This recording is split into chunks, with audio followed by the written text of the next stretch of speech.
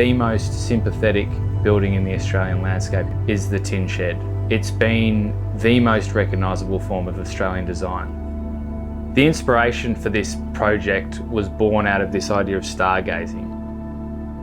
It's a building that sits comfortably in its environment. It's incredibly simple from the outside, but as you enter the building, it starts to reveal itself as a more complex and enigmatic structure.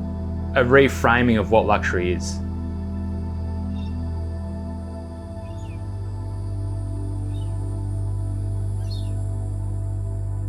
This building was designed in collaboration with Visit Victoria. Stella the Stargazer is her name. Stella's designed for the purpose of being mobile, and everything about keeping the weight down, keeping it the right dimension so it can travel on the road. It's designed using salvaged materials from an original farm shack that I actually demolished. So the bones of this building literally come from the Victorian farming landscape. Stella currently resides in Victoria's southwest at the Bay of Islands. It sits on the traditional lands of the Eastern Maar families. This was an opportunity to show people the Great Ocean Road, to really connect them with the landscapes of Victoria, while experiencing the 12 Apostles, the local wildlife, vistas along the coastline. This building has a 3 kilowatt solar system on the roof. It's got a generator that kicks in when the battery runs low, 4,000 litre water tank and its own septic storage system, making it fully off-grid, and it gives back way more than it takes. Stella's essentially a simple 1-bedroom apartment. You have a kitchen area in the middle portion. To the left, a queen-size bed and banquet eating area. As you move through the kitchen area out towards the tow bar, you approach the bathroom area. It's a pretty simple, compact building, but everything you need. You enter through a beautiful hardwood glazed sliding door and come in onto the main living area. The galley-style kitchen comprises of a bar fridge, a clever little cooling and heating system that sits underneath some storage cabinets. It's functional with a sink, a single burner gas cooktop. It also has a Roaring Meg fire, which has dual function as a heater and also a place to cook or heat the kettle up. The porthole windows will to evoke this sense of inhabiting a ship or a boat. The idea is also to try and get a little bit of whimsy into the design. The dining table was made to be mobile.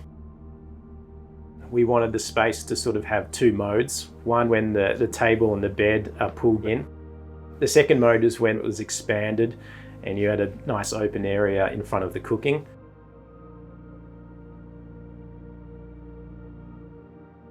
The banquette seating with cushions complements this movable table perfectly, with another recycled chair on the other side means it's a very functional and usable space. On the deck, you have a bench seat to enjoy the vistas and the outdoors. Next to the deck is a fire zone with a fire pit that doubles as a cooking area. It's meant to evoke that sense of camping and sitting by the fire, cooking your meal outside. You enter the bathroom through a big sliding door, which enables the space to become part of the main living area. The vanity comprises of hardwood reclaimed timber and a sink that was once a milk separator used for making cream. The shower was always envisaged as almost being like an outdoor shower experience. By having the slatted floor, the water escapes through to the tray underneath very easily, but it also feels beautiful underfoot. The stargazing bed simply unpins and rolls out on a set of industrial rollers into the outdoors. Once you attach the bed via a pole to the window, they operate as one, and the bed sort of eases the window open as it slides out to its final position in the stargazing setup.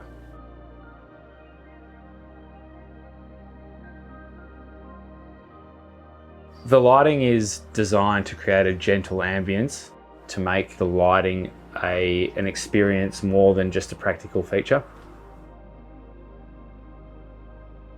The brief was very clear. It was about experience. That was the key principle in this building. That's where texture, materiality, and warmth play a pivotal role in providing that sort of experience.